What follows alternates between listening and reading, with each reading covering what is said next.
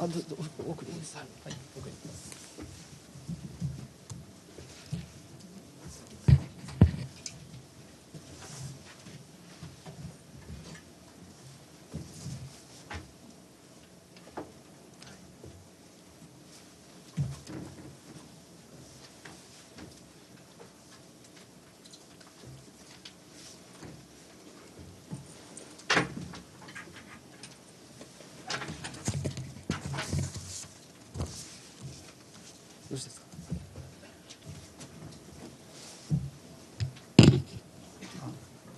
Good afternoon. I'm Japanese PR here in New York's permanent mission to the UN, but I'm very new to New York. I just arrived a little more than 2 months ago. So the first presidency Security Council term, which was January last year, that was my predecessor was in charge. I would like to. We really appreciate your the attendance today, and I'd like to. Japan is honored to be the president of the council again this month, and as presidency, we look forward to steering the council's agenda with a commitment to being open, transparent, inclusive, efficient, and collaborative with fellow council members, the wider UN membership, other bodies, other UN bodies, regional organizations, and stakeholders, including civil society. Now we will begin the Q&A session. You have much more expertise in this area than I do, so I would appreciate if you could signal your intention to ask questions by raising your hand. Not yet. And when asking questions, please state your name and affiliation, and please use microphone.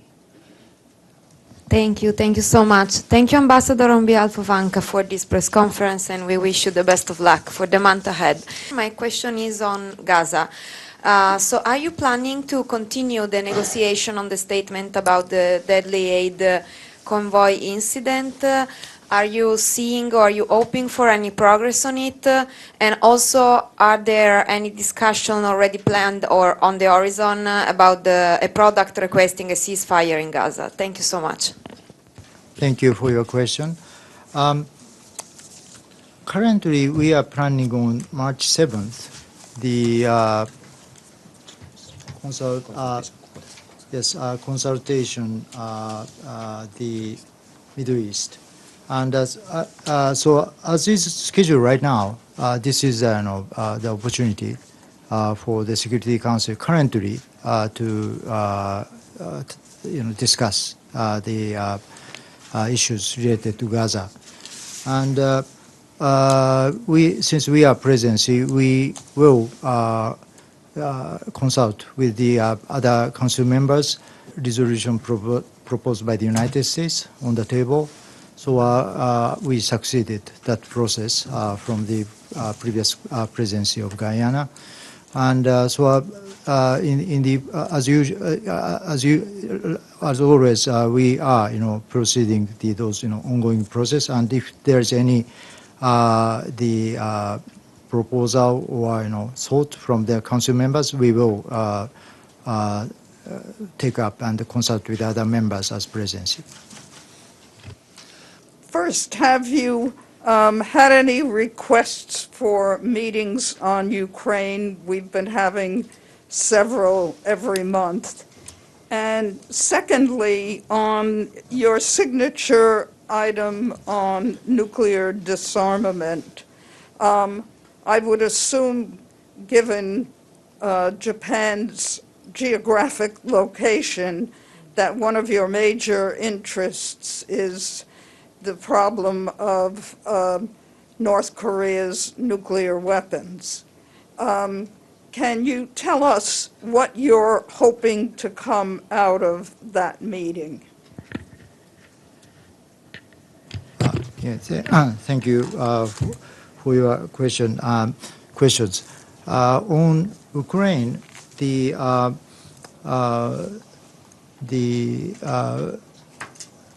we have already, on this, current, agenda, current program, there's no specific, mentioning on this issue.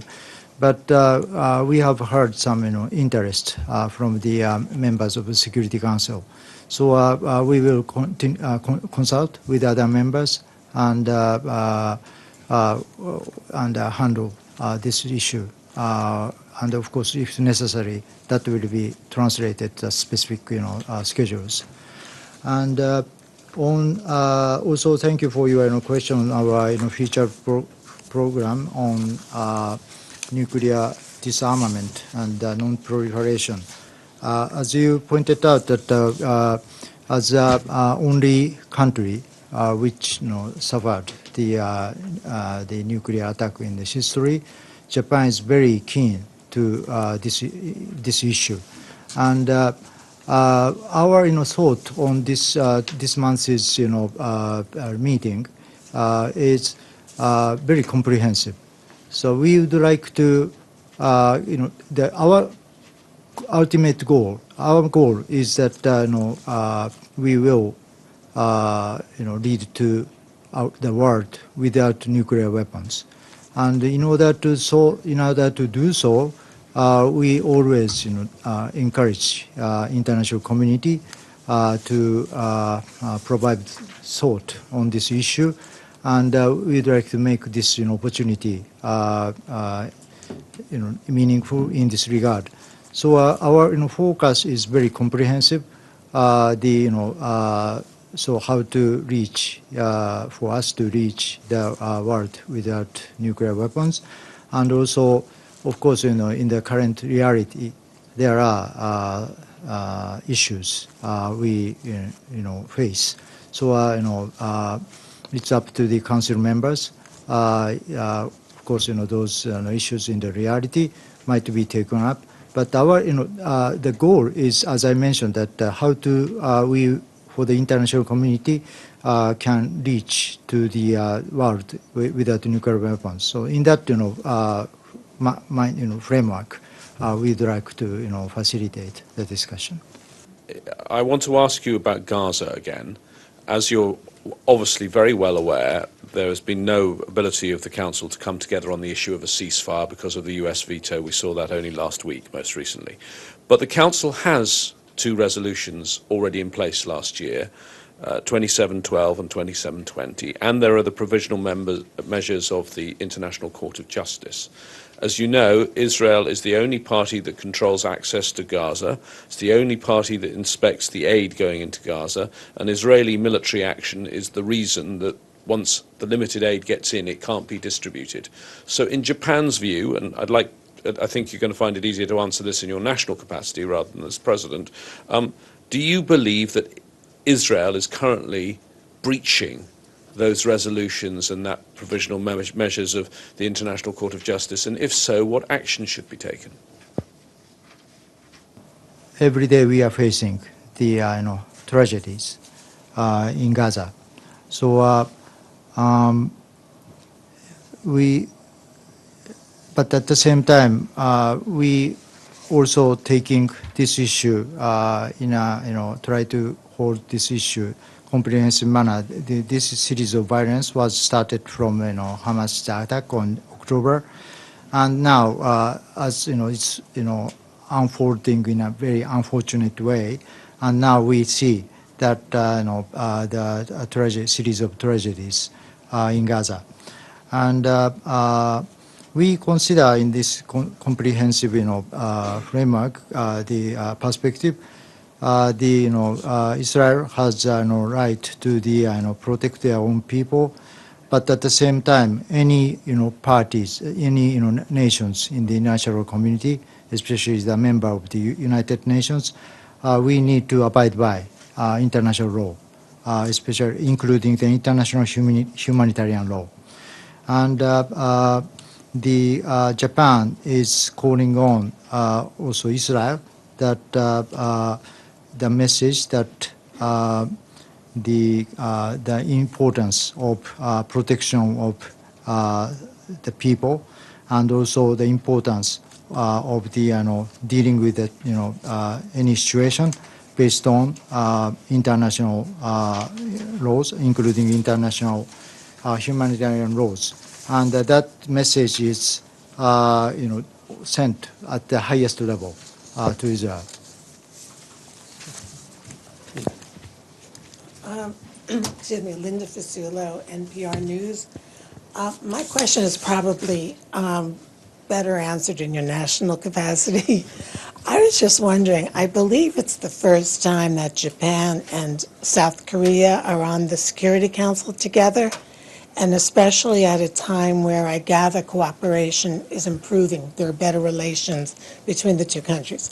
So my question is, how happy is Japan that South Korea is there as an ally, so to speak, and do you expect that you'll be working together very closely, and if you will develop any proposals in dealing with North Korea? Thank you very much for that question. And as you pointed out, my government and the government of the Republic of Korea are in very close, coordination, and we, happen to be in the Security Council for this year together. So we, looking forward to working with the Korean delegation, and of course we face a lot of difficult issues in the Security Council. Both our countries are really concerned with. So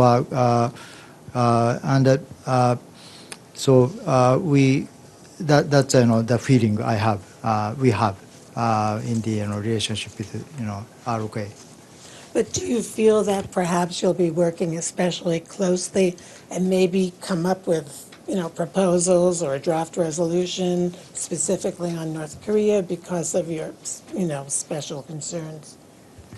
Yeah, at this moment, I do not have any, concrete, possible resolution. Maybe, at this moment, but wherever there is a room for us to cooperate in the to bring the world in a better way, we'd like to pursue that sort of effort. Okay. Thank you. My name is Abdul Hamid Sayam from the Arabic daily Al-Quds Al-Arabi. Congratulations, Mr. President, for your role as President of the Security Council. Today is the 147th day of the genocidal war waged against the Palestinian people in Gaza. 30,000 were killed, 70,000 were wounded, thousands of Palestinians still under the rubble, and about 2 million displaced. Since Japan has that experience in mass killing after the dropping of 2 atomic bombs on Hiroshima and Nagasaki, do you have the sympathy for this, the Palestinian, and do you classify what's going on in Gaza as genocide or not genocide?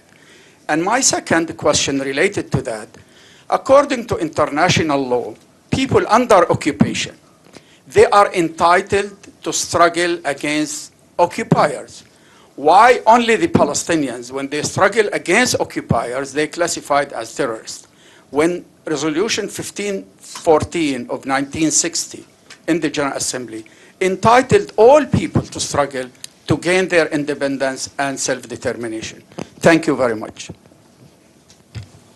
Thank you for your questions. And the first question, whether we have sympathies based on the tragedies we have experienced on the people. Whatever tragedy happens in the world, we feel very very heartbreaking. So of course as we see the tragedies every day unfolding, we hold that emotion, sympathy, but as I said, that those all that incidents, unfortunately, the innocent people become victims. So the Palestinians currently, the Palestinians in Gaza, and also the Israel. This is Israel attack on Israel. Those innocent people are victimized. So we feel this sentiment, and every nation has its own historical background. So our Japanese people's sympathy and emotion are reflecting probably what we have experienced in the past. And also your second question, whether the genocide case or not.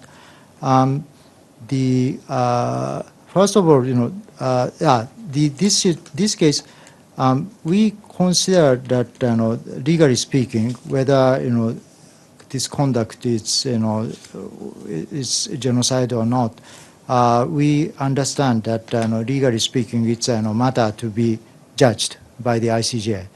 So we would like to closely watch based on the legal system of the international system. And the third question, the situation of the Palestinian people, of course we do not categorize the Palestinian people. We do not categorize the Palestinian people as terrorist or terrorist related. This we understand that the Hamas conducted their attack on Israel. So we consider that is terrorist behavior. But of course we do not regard any the people nationality is categorically terrorist. So that's why I said that there's so many innocent people are being victimized in Gaza right now. So that is our the understanding of the situation. Okay, all right. As we reach the 50-minute mark, I'd like to wrap up today's conference here. Thank you very much for your insightful questions.